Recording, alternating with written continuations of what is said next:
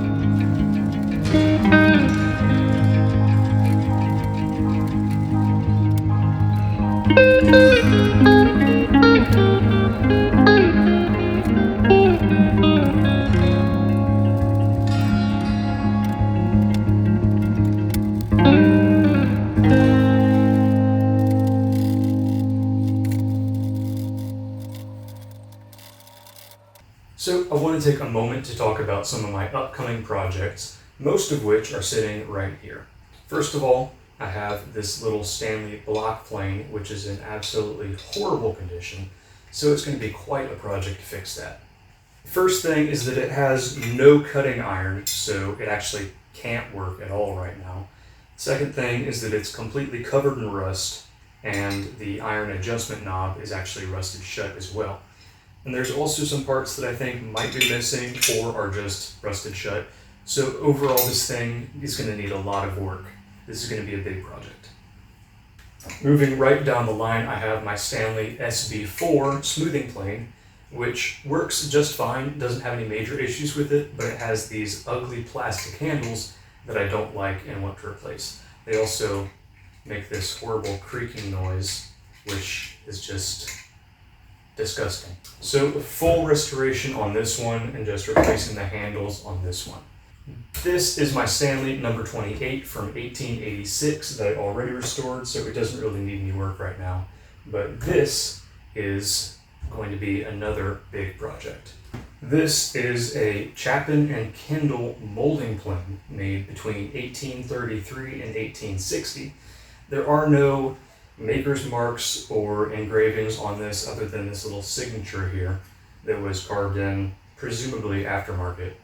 So I haven't been able to find too much information about this. Apparently the Chapin and Kendall company made molding planes and coffin planes, but I haven't been able to find any online that look like this. So I'm not sure exactly what it is that I'm working with. All I have to go off of is on the tag that this had when I bought it. But even though I don't have much information about this, I can still work on restoring this. Now this is in decent condition, all things considered, but there are some issues with it as well. The wedges in here are stuck pretty good. I was able to get this wedge out already, but this wedge is going to require some special attention before it moves. So these wedges hold the fence in position, and you can't adjust the fence if the wedges are stuck. So I need to take care of that before I can use this.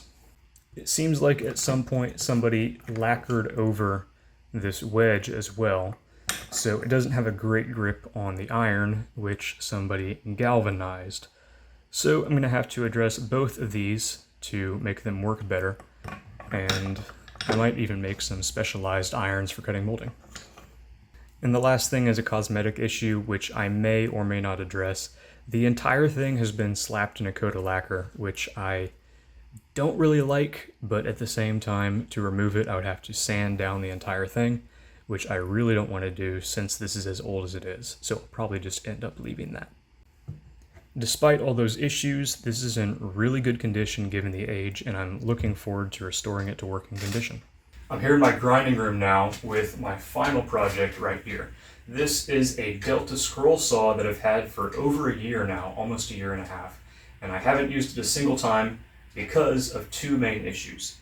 Now, first is this control panel here. There's something wrong with it. I'm probably going to have to replace the entire thing, and it is unable to regulate its RPMs because of that issue. It is unable to stay at a consistent RPM rate, and instead it cycles from 0 all the way up to 2,000 and just keeps doing that, which is unusable.